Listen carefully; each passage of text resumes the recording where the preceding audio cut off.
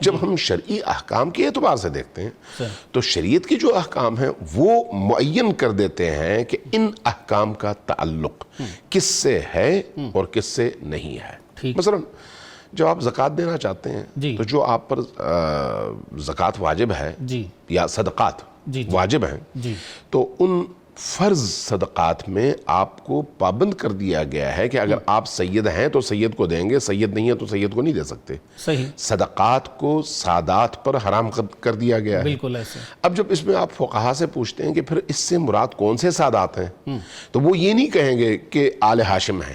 صحیح. وہ یہ نہیں کہیں گے کہ قریش کے جتنے بھی آگے نسلیں چلی ہیں وہ اس میں شامل ہیں, وہ یہ نہیں کہیں گے. صحیح. بلکہ وہ یہ کہیں گے یہ سادات بنی فاطمہ ہیں, یعنی حضرت فاطمۃ الزہرا سلام اللہ علیہا کی آگے جو نسل چلی ہے وہ نسل اس سے مراد ہے. صحیح. تو اس اعتبار سے پھر ایک وہ دائرہ کھنچ گیا کہ سادات سے مراد اگر لغوی اعتبار سے اور عرف عام کے اعتبار سے لیا جائے تو 3 طرح کی تعریفیں ہیں, لیکن جب آپ شریعت کے دائرے میں دیکھتے ہیں, فقہا کے دائرے میں دیکھتے ہیں تو وہ مراد ہیں جو حضرت فاطمۃ الزہرا سلام اللہ علیہا کی آگے اولاد چلی ہے. بالکل ٹھیک. اب یہ خود سیادت کو چونکہ ہم اس وقت بات کر رہے ہیں آل رسول کے اعتبار سے تو لیکن خود یہ سید کا لفظ جو ہے یہ آل رسول کے لیے نبی کریم کے اپنے دور میں عام طور پر استعمال نہیں ہوا ہے, عام طور پر نہیں ہوا ہے.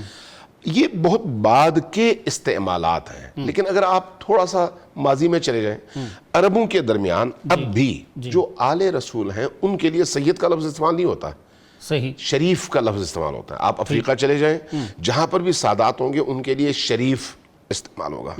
آپ اردن چلے جائیں, آپ کویت چلے جائیں, آپ سعودیہ چلے جائیں, آپ باقی عرب ممالک میں چلے جائیں, افریقی عرب ممالک میں چلے جائیں, وہاں پر بھی آپ کو شریف کا لفظ ملے گا سیدوں کے لیے استعمال ہوتا ہوا. صحیح. اگر آپ عثمانی خلافت سے پہلے خود عثمانی دور میں اور آج کے ترکی کے معاشرے کو دیکھ لیں تو وہاں پر آپ کو سید کا نام, سید کا یہ لفظ استعمال ہوتا ہوا نظر نہیں آئے گا, بلکہ وہاں پر وہ سادات کو میر کہتے ہیں. ٹھیک. یہ بعد کے استعمالات ہیں. اسی طرح سے اگر آپ ایران, برصغیر, عراق ان ممالک میں آئیں تو یہاں پر آپ کو سید کا لفظ زیادہ استعمال ہوتا ہوا نظر آئے گا.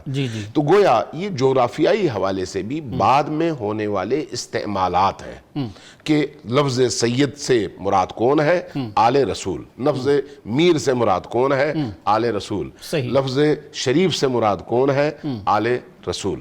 جب آپ اس اعتبار سے فقہی اور شرعی دائرے کا تعین کرنا چاہیں گے تو وہاں پر میرا خیال ہے کوئی اختلاف نہیں ہے کہ جو نسل حضرت فاطمۃ الزہرا سلام اللہ علیہا سے چلی ہے, جس کے بارے میں سورہ کوثر نازل ہوئی, جس کو کہا گیا انا اعطیناک الکوثر. صحیح. ٹھیک. وہ جو نسل کوثر ہے وہ حضرت فاطمۃ الزہرا سلام اللہ علیہا کی نسل ہے. بالکل صحیح. نبی کریم سے جو بھی چیز منسوب ہوگی اس کا نبی کریم کی وجہ سے ایک احترام ہوگا. بالکل صحیح. یہ فضیلت کا ٹائٹل ہے. یہی اسی کی طرف آ رہا ہوں. اگر اس وقت آپ نبی کریم صلی اللہ علیہ وآلہ وسلم کا امامِ مبارک کسی بھی معاشرے میں رکھ دیں, چاہے اس معاشرے کا تعلق دیوبند سے ہو, اہل حدیث سے ہو, یا بریلویوں سے ہو یا شیعوں سے, مجھے یہ بتائیں جب یہ پتا چلے کہ یہ امامہ نبی کریم صلی اللہ علیہ وآلہ وسلم کا تھا تو کیا آپ اس کو خدا نہ خواستہ نعوذ باللہ ثم نعوذ باللہ اس کی بے احترامی کا سوچ سکتے ہیں؟ سوال ہی پیدا نہیں سوچ سکتے. کیوں؟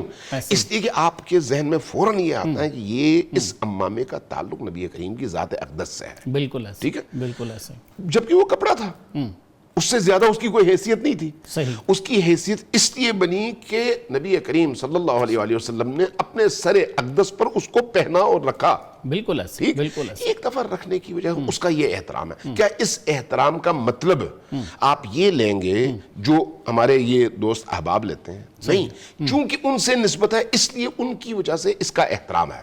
اب سوال یہ ہے کہ جو نسل نبی کریم کی ہے کیا اس کا احترام نہیں ہونا چاہیے؟ بالکل ایسے. اگر اس نسل کا آپ احترام نہیں کرتے تو پھر اس امامے کا کیوں احترام کرتے ہیں؟ جبکہ یہ امامے کا جو احترام ہے اس نسبت میں حقیقت کوئی نہیں ہے, حقیقی رابطہ نہیں ہے, رابطہ مجازی ہے, بعد میں بنایا گیا ہے.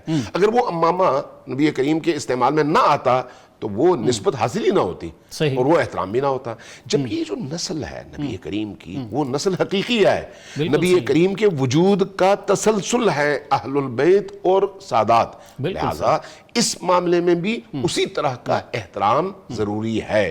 اس کی وجہ نبی کریم کی ذات ہے. لیکن کیا اس کا مطلب یہ ہے کہ عمل کے اعتبار سے اگر کوئی شخص فرض کریں اللہ کو پیٹھ دکھا دے, جی نبی کریم کے دین سے نکل جائے جبکہ وہ اسی نسل میں سے ہو, تو کیا اب بھی آپ اس وجہ سے اس کا احترام کریں گے اور کہیں گے کہ ہاں بھئی نہیں یہ چونکہ نبی کریم کے نسل سے تھے اب جو ہے یہ مشرک ہو گئے, کافر ہو گئے, بت پرست ہو گئے, اب بھی ان کی وجہ سے احترام کرو؟ نہیں, وہاں پر نہیں ہے یہ احترام. ایسے ہی احترام وہاں پر ہے جہاں پر فرد جو ہے مسلمان ہو, بالکل کلمہ گو ہو, ٹھیک ہے, رسول اللہ کا نافرمان نہ ہو, اللہ کا نافرمان نہ ہو.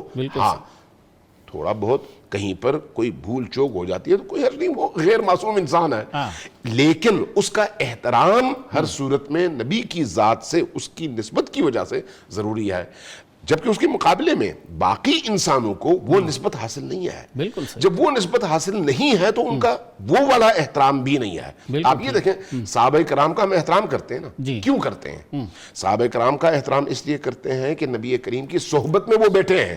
اگر صحبت میں بیٹھنے کی وجہ سے, جبکہ خون کا کوئی رشتہ نہیں ہے, نسل کا کوئی رشتہ نہیں ہے, وہ جو بیٹھنا ہے اس محفل میں اس کی وجہ سے ان کا احترام ہے, تو جو خود ان کا خون ہے ان کا احترام کتنے برابر زیادہ ہونا چاہیے. سبحان اللہ, بالکل. یہاں پر آپ پوری طاقت استعمال کرتے ہیں کہ ان کا احترام کرو, وہاں پر اگر آپ اس طرح کا عقیدہ نہیں رکھتے تو اس کا مطلب یہ ہے کہ آپ کے اندر کھوٹ ہے. بالکل صحیح, بالکل صحیح. میر صاحب یہ ارشاد فرمائیے کہ آج کل کچھ لوگ یہ کہتے ہیں کہ آل سے مراد گھر والے یا اولاد ہے ہی نہیں. تو قرآن میں وہ فرعون کا حوالہ دیتے ہیں کہ فرعون کا ذکر ہے اور اس کی آل کا ذکر ہے, واغرقنا آل فرعون, تو وہ کہتے ہیں جی وہ تو بے اولاد تھا, اس کے تو بچے ہی نہیں تھے. تو سر کیا فرماتے ہیں؟ وہ کہتے ہیں جی اس سے پیروکار مراد ہیں. تو اگر پیروکار مراد ہیں تو کیا سارے مسلمان جو ہیں وہ آپ صلی اللہ علیہ وسلم کی آل اولاد کہلا سکتے ہیں سر؟ بسم اللہ الرحمن الرحیم. شکریہ پروفیسر صاحب. میرے خیال میں آپ کا انٹرو بھی بڑا جامع تھا اور شہیدی صاحب نے بھی بڑی تفصیل کے ساتھ اس تصور کو ظاہر کر دیا کہ آل رسول کا مقام, مرتبہ اور مکانت کیا ہے اور اس سے مراد کون لوگ ہیں.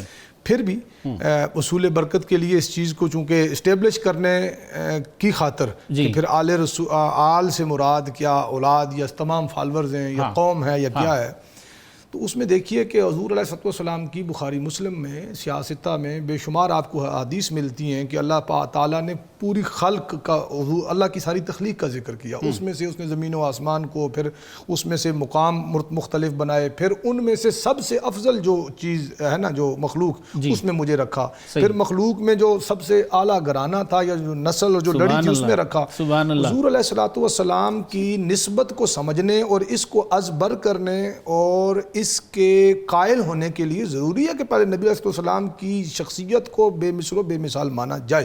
بالکل سر, یہ تصور بڑا عجیب و غریب ہے کہ حضور علیہ السلام کے خاک پاس ہے تو محبت کرنا, لیکن خون رسول کو وہ مقام نہ دینا اور آل رسول کے بارے میں مختلف ابحاث کو جو ہے نا وہ بیچ میں لے آنا. حضور نے فرمایا اللہ پاک نے مجھے تمام میرے آباء و اجداد میں کوئی ایسی ہستی, کوئی شخصیت ایسی نہیں رکھی جو کسی برائی کے قریب گئی ہو. مجھے پاک سلبوں سے پاک رحموں کی طرف منتقل لمبی لمبی احادیث ہیں, چونکہ اس وقت محدود ہے اور آپ کا سوال مخصوص ہے. پھر یہاں تک فرمایا کہ اللہ پاک نے ان میں سے جو قبائل بنائے, اگر یہ قبائل تعارف کے لیے بنائے ہیں اور صرف تعارف ہی ہے تو حضور کسی قبیلے سے بھی ہوتے تو آپ کی پہچان ہو جاتی. فرمایا نہیں, مجھے بہترین قبیلے میں سے پیدا کیا. سبحان اللہ. پھر ان میں سے جو آگے لڑی بنی قریش, ان میں سے بہتر ہوئے, مجھے قریش میں رکھا. پھر قریش میں سے سب سے اعلیٰ جو خاندان ہے وہ بنو ہاشم ہے, مجھے اس میں رکھا. بالکل. پھر اس کے بعد میں ہوں, میں اور میرا گھر اور میرا نفس اور میرا جو معاملہ ہے وہ تم سب سے بڑھ کر ہے اور سب سے اعلیٰ. یہ اہل سنت کے تمام چوٹی کی حدیث کی کتابوں میں یہ احادیث موجود ہے. صحیح. اب لفظ آل کے اوپر, چونکہ سوال لفظ آل پر ہے, اس سید کا اسپیسیفک ایک بات ہو گئی, لیکن اس میں بھی یاد رکھیے کہ جس طرح آپ نے انٹرو میں فرمایا, نبی علیہ السلام نے حضرت ام المومنین سیدہ عائشہ روایت کرتی ہیں کہ حضور نے فرمایا کہ سید العرب کو میری طرف بلائیے. صحیح. ہم نے عرض کیا الست سیدن یا رسول اللہ, کیا آپ سید العرب نہیں ہیں, آپ سید نہیں ہیں؟ آپ نے فرمایا میں اولاد آدم کا سید ہوں, علی سید العرب ہیں. سبحان اب اللہ. پہلے جب حضور نے فرمایا کہ دو اللہ پاک نے شعبے بنائے، دو فرقے بنائے، ایک عرب اور ایک عجم، اس میں عرب بہتر قبیلہ یا بہتر فرقہ بنایا، مجھے اس میں سے کیا. اب جو دو انسانوں کے شعبوں میں سے بہتر شعبہ ہے اس کا سردار علی کو قرار دیا. اور جیسے آپ نے حدیث سنائی، میں اس کو صرف حوالے کے طور پہ عرض کرتا ہوں کہ جنت میں جو لوگ جائیں گے نا وہ کامیاب ترین لوگ ہیں، سب سے اعلیٰ لوگ ہیں. تو ساری جنتی عورتوں کا سردار بی بی فاطمہ پاک کو بنا دیا. اور ان دو علی و فاطمہ جنہیں سید العرب اور سید الجنہ کہا گیا، ایک جگہ پر حضور نے فرمایا یا علی انت سید فی الدنیا و فی الاخرہ، یہ بھی فرمایا. اب یہ دن دو سیدوں کے ملاپ یا ان دو سیدوں کے آگے اکٹھے ہونے سے ایک نسل چلتی ہے. اس نسل کے پہلے دو افراد کو بھی کہا سیدہ شباب اہل الجنہ. سبحان اللہ. یہ تو حال ہے جی اس خاندان کے سید ہونے کا. تعارف کے لیے قبائل ہوتے ہیں اس وقت تک جب تک کہ تفاخر بیچ میں نہ آئے، لیکن جب عدم تفاخر یا برتری کے احساس کے بغیر ہو تو پھر اس میں اللہ نے تو رسول سب سے اعلیٰ ہیں، رسولوں کو رسولوں پر فضیلت دی ہے. خاندانوں اور قبیلوں کی فضیلت قرآن و سنت سے ثابت ہے. یہ سب بیسک سوال تھا کہ کیا سارے مسلمان، وہ جو کہتے ہیں نا جی پیروکار مراد ہیں آل سے، تو کیا سارے مسلمان آپ صلی اللہ علیہ وسلم کی آل اولاد کہلا سکتے ہیں؟ یہ سوال تھا سر. اس میں سے بالکل اس کا نتیجہ نکلے گا. میں ایک دو چیزیں عرض کرتا ہوں. اب سیدنا علی کرم اللہ وجہ الکریم کو ایک طرف چنا، ایک سیدہ پاک کو چنا. حضور صلی اللہ علیہ وسلم کی یہ بھی احادیث ہیں، میں ارچند کے میرے سامنے یہ متن بھی سارے اور حوالے بھی لکھے ہوئے، میں صرف چونکہ ٹارگٹ اس آل پہ جانا چاہتا ہوں تو میں صرف ہلکا ہلکا اشارہ دوں گا. حضور نے فرمایا کہ اللہ پاک نے ہر نبی کی اولاد کو اس کے صلب میں رکھا، اور میری اولاد کو علی کی صلب میں رکھ دیا. صحیح، ٹھیک ہے. دوسری طرف فرمایا اللہ پاک نے کہ نبی علیہ السلام نے ارشاد فرمایا کہ اولاد آدم ساری کی ساری جو چلتی ہے لوگوں کی نسل وہ ان کی بیٹوں سے چلتی ہے، ماں سوائے میری فاطمہ کے، ماں خلا فاطمہ، کہ میری جو نسل ہے یا آگے میرا سلسلہ نسب کا چلنا ہے، نسل کا چلنا ہے، وہ فاطمہ سے چلنا ہے. صحیح. ان ساری چیزوں کے بیان کرنے کا اگر مقصد پہ تھوڑا سا غور کریں نا تو ہمیں بات سمجھ آ جاتی ہے کہ خاندان رسول کی اہمیت اور خصوصیت کیا ہے. بالکل ٹھیک. آدم علیہ السلام سے لے کر بی بی فاطمہ پاک تک سورہ کوثر کا انہوں نے حوالہ دیا، دیگر درجنوں قرآن و سنت کے حوالے ہیں. وہ اس بات کو اسٹیبلش کرتے ہیں کہ آل رسول، یا چلیں اس وقت تک آل کو ہم نے لفظ کو نہیں کھولا تو اولاد کے لفظ استعمال کرتے ہیں. اولاد رسول کا بیان، مقام، مکانت اور ان کی عظمت ساری انسانیت سے جدا ہے. جیسے رسول اللہ صلی اللہ علیہ وسلم کی ہر نسبت تمام نسبتوں میں ممتاز ہے. واصف علی واصف صاحب نے، چونکہ آپ کا تعلق اپنا ادب اور اس پڑھنے پڑھانے سے ہے، انہوں نے فرمایا تھا پیغمبر کی باتوں کی پیغمبر ہوتی ہے. ٹھیک ہے. اب اس میں آپ دیکھیے کہ پیغمبر کی اولاد کا اولادوں میں کیا مقام ہے، پیغمبر کے گھر کا گھروں میں کیا مقام ہے. سبحان اللہ. اب بات یہ تو طے ہو گئی کہ آل رسول یا اولاد رسول جیسی کسی کی اولاد نہیں. اسپیسیفک آخری چند جملے اس کے لیے کہ آل فرعون اور آل رسول استغفر اللہ، یہ دونوں کو اکٹھا تو ہم ذکر بھی نہیں کرتے، نہ ہی ہم حسین و یزید کی اس طرح سے بات کرتے ہیں. بالکل صحیح ہے. تو بھائی آل سے مراد کیا پوری امت ہے یا آپ کی مخصوص آل ہے؟ آل کے لغوی معنی، جہاں سے شہیدی صاحب نے بحث کا آغاز کیا تھا، کچھ الفاظ کے معنی اس کے لغت کے اعتبار سے ہیں، کچھ ہمارے مسلمانوں کے یہاں متداول عام استعمال اور ہمارا لٹریچر 1400 سالہ ہے اس کے اعتبار سے. ٹھیک ہے کہ آل کا ایک اطلاق امت، فالوئنگ یا آپ کی جو قوم ہے اس کے اوپر بھی ہوتا ہے، لیکن قرآن مجید کی کسی ایک آیت کے ساتھ اس کو مخصوص کر کے آل محمد سے مراد ساری امت لینا اس لیے درست نہیں ہوگا کہ جہاں وہ کیا ہے کہ رجل مؤمن من آل فرعون ہے، وہاں ان اللہ اصطفیٰ آدم و نوح و آل ابراہیم و آل عمران علی العالمین بھی ہے. اللہ پاک نے چنا اور وفضل اللہ علی العالمین، اللہ پاک نے فضیلت دی، اللہ پاک نے چنا کس کو؟ آل ابراہیم کو. کیا ساری کی سارے آل ابراہیم ساری امت پر افضل ہے، یا اس میں سے وہ انبیاء اور وہ خاص لوگ ہیں جس سے مراد یا آپ کی اولاد میں؟ اس میں تو لا ینال عہد الظالمین کا بھی ذکر ہے، جو ظالم ہے وہ تو اس کا حصہ نہیں ہے. قرآن مجید کے اندر خود ایسے بہت سارے حوالے موجود ہیں کہ جو اس بات کو اسٹیبلش کرتے ہیں کہ کہیں قرآن نے یہ لفظ آل کے لیے استعمال کیا، یعنی آل لفظ کو کہیں قوم کے لیے استعمال کیا، کہیں اولاد کے لیے استعمال کیا. سارے بالکل معنی دونوں ہیں. لیکن جب ہم آل رسول کی خصوصیات کا ذکر کرتے ہیں، آل سے مراد قوم ہے، لیکن جب ہم خصوصیات کا ذکر کرتے ہیں نا وارث صاحب، پروفیسر صاحب، اس وقت جیسے درود پڑھنا، اللہم صلی علی محمد وعلی آل محمد صلی اللہ علیہ وآلہ وسلم، یا دیگر باتیں ہیں، ممات علی حب آل محمد، جو آل محمد کی محبت میں مرا وہ شہید مرا، جب ان خصوصیات کا ذکر ہوتا ہے اس سے مراد صرف اولاد رسول ہوتی ہے، چونکہ اس تخصیص کو بھی درجنوں احادیث نے طے کیا ہے. لیکن آل کا اطلاق قوم پر بھی یا اس کے فالوئنگ پر بھی ہو سکتا ہے. حافظ ابن قیم فرماتے ہیں کہ سارے مسلمان آپ صلی اللہ علیہ وسلم کی اولاد نہیں کہلا سکتے، اور اس میں وہ ریفرنس دیتے ہیں اس واقعے کا کہ حضرت امام حسین ابھی چھوٹے سے تھے تو وہ صدقے کی کھجور منہ میں ڈال لی، تو وہ فرماتے ہیں کہ انہوں نے کھجور نکال لی اور فرمایا کہ محمد اور آل محمد پر صدقہ حرام ہے۔ بالکل، تو وہ فرماتے ہیں کہ اگر سارے اولاد ہیں تو پھر تو صدقہ کسی کو بھی نہیں جانا چاہیے، تو صدقہ تو باقیوں کو دیتے ہیں۔ انہوں نے زکوٰۃ کا حوالہ دیا، جیسے وہ بنو ہاشم کے لیے، ہمارے اہل سنت کے یہاں سارے بنو ہاشم اس میں شامل ہو جاتے ہیں، یہ بھی ایک بحث کا مسئلہ ہے۔ لیکن آل محمد کے بہت سارے فضائل لفظ آل کے ساتھ احادیث میں ظاہر و باہر ہیں، اس سے پتہ چلتا ہے کہ خاص آل آپ کی اولاد ہے، اور ایک معنی میں جرنلی جیسے آپ سعودی، ویسے ہر سعودی عرب کے شہری کو کہہ دیتے ہیں، لیکن آل سعود آپ صرف انہی کو کہتے ہیں جو کنگ خاندان سے ہیں۔ بالکل صحیح۔ شہیدی صاحب یہ ارشاد فرمائیے کہ قرآن میں حضرت نوح علیہ السلام کے بیٹے کے بارے میں ہے کہ لیس من اہلک انہ عمل غیر صالح، کہ یہ آپ کے اہل بیت میں سے نہیں ہیں کیونکہ اس کے عمل اچھے نہیں ہیں۔ تو سر مسلمانوں میں سے جن کے عمل اچھے ہیں کیا وہ آپ صلی اللہ علیہ وآلہ وسلم کی آل اولاد میں آتے ہیں؟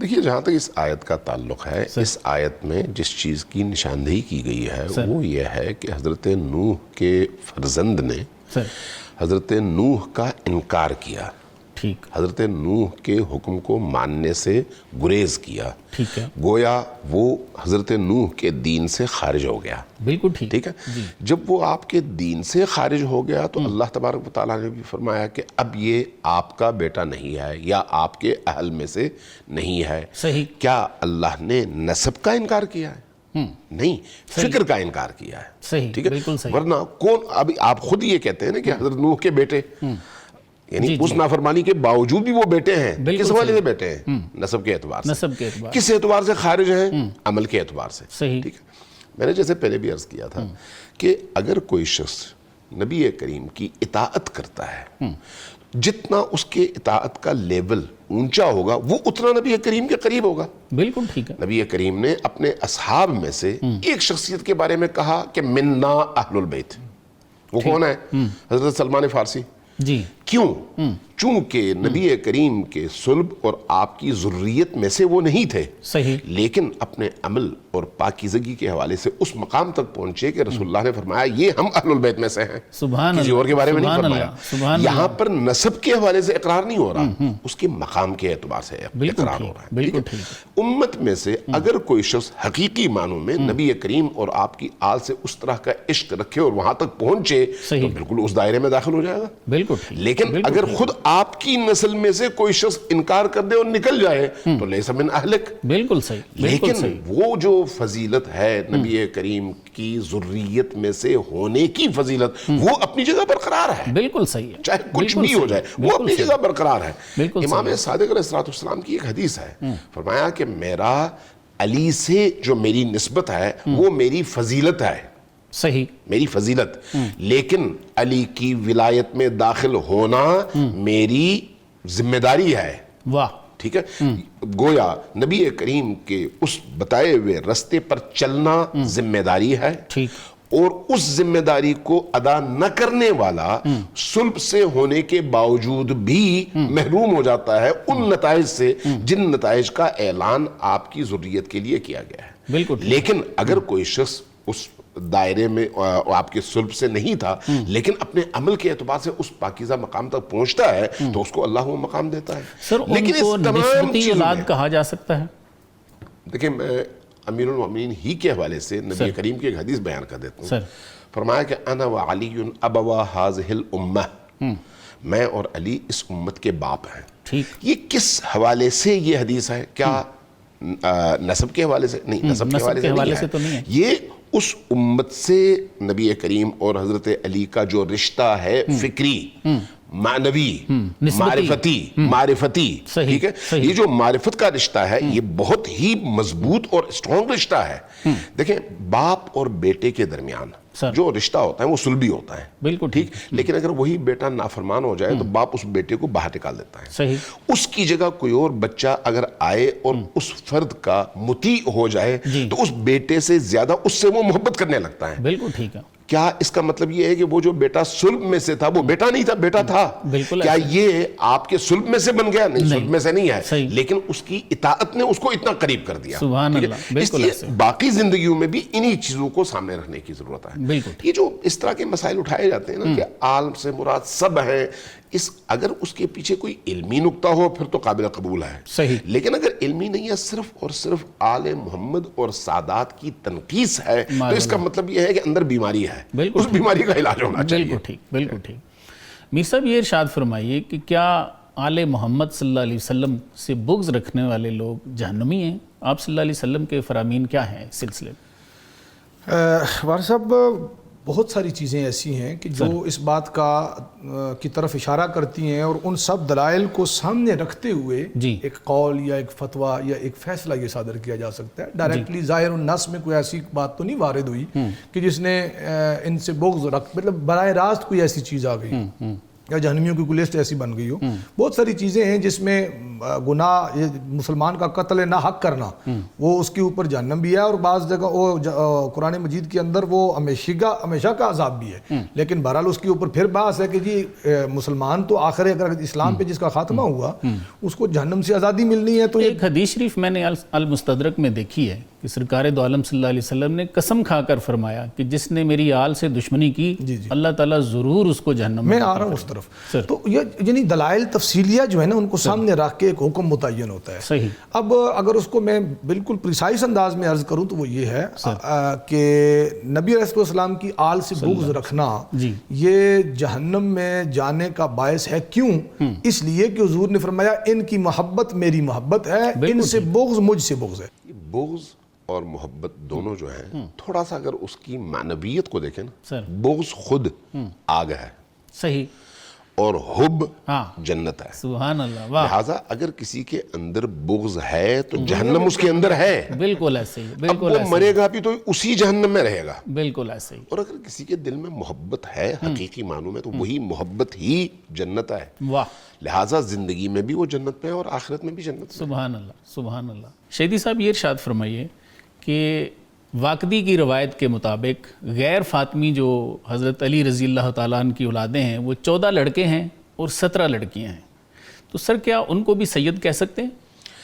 دیکھیے میں نے شروع میں 3 تعریفیں بیان کی تھیں. سر ایک تعریف یہ ہے کہ بنو ہاشم سب کے سب سادات ہیں، یہ ایک تعریف ہے. ٹھیک ہو گیا. ایک تعریف یہ ہے کہ اولاد علی سب کے سب سادات ہیں. ٹھیک ہو گیا. دوسری تعریف یہ ہے. جی. تیسری تعریف ہے اولاد فاطمہ الزہرا سلام اللہ علیہا صرف سادات ہیں. ٹھیک ہے.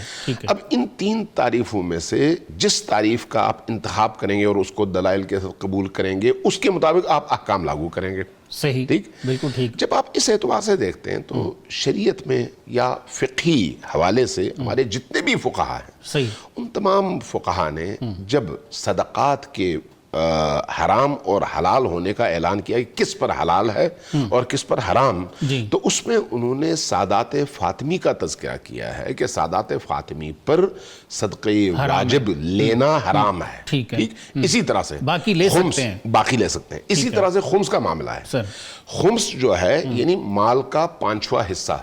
اب اس میں تھوڑا سا اختلاف تشیع اور اہل سنت کے فقہ میں ہے، وہ معادن پر کہتے ہیں اور ہم کہتے ہیں تمام چیزوں پر. خمس جو ہے تمام چیزوں پر لاگو ہوتا ہے. تو اس لیے ہمارے ہاں جو بھی بندہ سال کے آخر میں سال کا جو بھی وہ معین کرتا ہے دن، اس میں آخری دن جب اپنا حساب کتاب کرے گا تو اس میں اگر اس کے پاس فرض کریں 5 جوڑے لباس کے باقی بچیں جو اس نے سال بھر میں استعمال نہیں کیا تو وہ اس کی بچت ہے. اس میں سے وہ 5واں حصہ نکالے گا خمس کے طور پر. ٹھیک ہے. اچھا یہ جو اس نے خمس دینا ہے یہ کس کو دے گا؟ اس کے 2 حصے کیے گئے ہیں خود احادیث میں. ایک حصہ عمومی طور پر عام المنفعہ ان کاموں کے لیے ہے جس کی اجازت نبی کریم نے اور اہل البیت نے دی ہے یا زمانے کا فقیہ جامع الشرائط دے گا.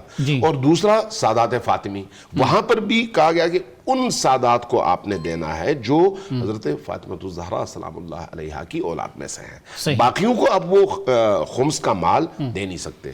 تو یہ جو احکام لاگو ہوتے ہیں یہ احکام واضح کر دیتے ہیں کہ سیادت کا اطلاق حقیقی معنی میں اور شرعی حوالے سے کن پر ہوتا ہے اور کن پر نہیں ہوتا. لیکن تعریف کے اعتبار سے امیر المومنین علی بن ابی طالب کی باقی اولادوں کو بھی سادات کہا گیا ہے, لیکن یہ جو احکام دین کا اطلاق ہے وہ ان پر نہیں ہوتا. یہی وجہ ہے کہ آپ حضرت امام حسین علیہ السلام کے لشکر میں دیکھیں, حضرت عباس علمدار کوئی معمولی شخصیت تو نہیں ہے, لیکن ان کا بیہیویئر حضرت زینب سلام اللہ علیہا, حضرت ام کلثوم اور حضرت امام حسین سے ایسے ہے جیسے غلام اپنے آقا کے ساتھ ہو. یہ اس کی وجہ کیا ہے؟ جبکہ باپ دونوں کے ایک ہیں, ماں کا فرق, اور وہ جو احترام مقام حضرت زہرا سلام اللہ علیہا کا ہے وہ ظاہر ہے حضرت ام البنین کا وہ مقام نہیں ہے. اس لیے حضرت ام البنین بھی جب امیر المؤمنین کی پہلی زوجہ حضرت فاطمہ الزہرا کا تذکرہ آتا ہے تو اپنے آپ کو ان کی کنیز سمجھتی ہیں. اور سر اس پہ اہل تشیع اور اہل سنت کا اتفاق ہے کہ جو سیادت کا لفظ ہے وہ فاطمی سادات کے لیے. اس نقطۂ نظر پر تو سب متفق ہیں. میرا ٹھیک ہو گیا. سر یہ ارشاد فرمائیے میر صاحب کہ کیا سیدہ کی شادی غیر سید سے ہو سکتی ہے؟ وارث صاحب کیونکہ یہ آخری ٹرم ہے اور اس میں یہ گزارش کر دوں کہ ہم دو مختلف مکاتب فکر سے ہیں اور بہت ساری باتیں آج کی ڈسکشن میں ایسی ہیں, بلکہ اکثریت کے ساتھ باتیں ایسی ہیں جن پہ تقریباً اتفاقی معاملہ ہے. جی کسی ایک آدھ چیز پہ اختلاف, مثلا بعض ہمارے لوگوں نے بنو ہاشم کو بھی اس میں شامل کیا, یعنی صدقات واجبہ کی جو بات ہو رہی. ٹھیک. برحال عمومی طور پہ یہ ہے کہ سیادت کے معاملے میں ہمارا بھی یہی موقف ہے جو ان کا موقف ہے. ہمارے فقہاء سے, محدثین سے, دیگر علماء سے یہی چیز ہے کہ سید لفظ چونکہ یہ اصطلاحاً خاص کر دیا گیا, لغوی معنی تو اس کا بڑا وسیع ہے, عام ہے, لیکن اصطلاحی طور پر یہ صرف اور صرف اولاد فاطمہ یعنی حسنین کریمین کی جو آگے لڑی چلی ہے اس کے اوپر بولا. بالکل ٹھیک. اب اسی لڑی کے اوپر جو آپ کا سوال ہے وہ نکاح سیدہ کا جو مسئلہ ہے وہ بھی اسی خاندان کے متعلق ہے. عام طور پہ ہاشمیوں کی شادی پہ کوئی تردد, کوئی کلام نہیں ہوتا. صحیح.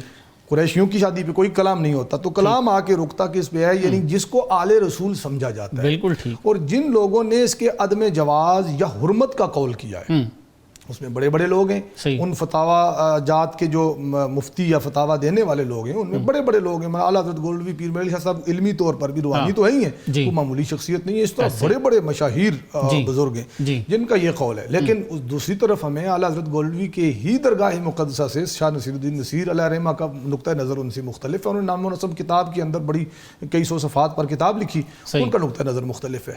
اب جو بات کی نا, ایک ہے ہمارے ہاں جو چیز مشہور ہو گئی ہے اور جو عام متداول ہے, دوسری ہے شریعت محمدی. صحیح. حضور علیہ السلام کی شریعت میں خاص طور پر قرآن مجید کی سورہ آل عمران میں وہ رشتے گنوا دیے گئے, سورہ نساء میں وہ رشتے گنوا دیے گئے کہ جن کے ساتھ نکاح کی حرمت نص قطعی سے قرآن مجید سے ثابت ہے. حرمت علیکم امہاتکم, پورے تمام رشتے گنوا دیے. اسی طریقے سے نبی علیہ السلام کے نے حرام اور حلال کو بیان کر دیا. اب قیاساً تو کوئی مسئلہ اخذ کیا جا سکتا ہے, لیکن اسے یہ کہا جائے کہ یہ بنیادی اصول ہے. جو لوگ حرمت کے قائل ہیں, دونوں نظریات اہل سنت میں موجود ہیں.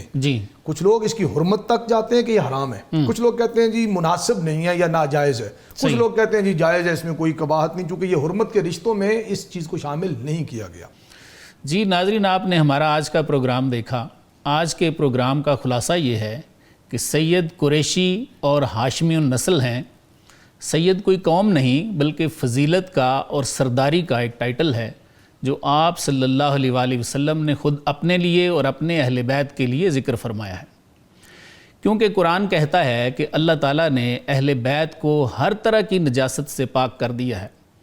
جہاں تک اس بات کا تعلق ہے کہ آل سے مراد سارے مسلمان ہیں, تو اس پہ حافظ ابن قیم کی دلیل بہت ہی قوی ہے. وہ فرماتے ہیں کہ ایسا بالکل نہیں ہے, اور وہ اس پر دلیل دیتے ہیں کہ حضور صلی اللہ علیہ وآلہ وسلم نے حضرت امام حسین علیہ السلام کے منہ مبارک سے صدقے کی کھجور نکال لی اور فرمایا کہ محمد اور آل محمد پر صدقہ حرام ہے. حافظ ابن قیم فرماتے ہیں کہ اگر سارے مسلمان مراد ہوں تو پھر تو صدقہ کوئی بھی نہیں لے سکتا, جبکہ غریب لوگوں کو تو صدقات دیے جاتے ہیں. حافظ ابن قیم کے علاوہ امام ابن عبد البر کا بھی یہی موقف ہے اور امت کی اکثریت کا بھی یہی مشرب ہے. ہاں اس میں کوئی شک نہیں کہ جن کے عمل اچھے ہیں ان کو تو حضور صلی اللہ علیہ وآلہ وسلم نے خود اپنی آل فرمایا ہے، تاہم یہ فرق جاننا بہت ضروری ہے کہ ایک اولاد نسبی ہے اور دوسری اولاد نسبتی ہے۔ نسبتی اولاد کبھی بھی نسبی اولاد کی برابری کا دعویٰ نہیں کر سکتی۔ حضور صلی اللہ علیہ وآلہ وسلم کا فرمان ہے کہ قیامت کو سب کے نسب مٹ جائیں گے، صرف میرا نسب باقی رہے گا۔ جہاں تک اس بات کا تعلق ہے کہ سیدنا علی رضی اللہ تعالیٰ عنہ کی بقیہ اولاد بھی سید ہے، تو اس پر اہل سنت اور اہل تشیع کا اتفاق ہے کہ لفظ سیادت صرف اور صرف اولاد فاطمی پر ہی بولا جاتا ہے۔ آج کے پروگرام کی آخری بات یہ سامنے آئی کہ حضور صلی اللہ علیہ وآلہ وسلم کی آل اولاد کی محبت ہی ایمان ہے، کیونکہ المستدرک میں حضرت عباس کی روایت موجود ہے کہ حضور صلی اللہ علیہ وآلہ وسلم نے فرمایا کہ جو اللہ کی وجہ سے مجھ سے محبت نہیں کرتا اور میری وجہ سے میری آل سے محبت نہیں کرتا، اس کے دل میں تو ایمان داخل ہی نہیں ہو سکتا۔ اس کے ساتھ ہی میں اپنے معزز مہمانوں کا شکریہ ادا کرتا ہوں۔ سر آپ دونوں کی تشریف آوری کا بہت بہت شکریہ۔ جزاکم اللہ۔ ناظرین اپنے میزبان کو بھی اجازت دیجیے، اللہ حافظ۔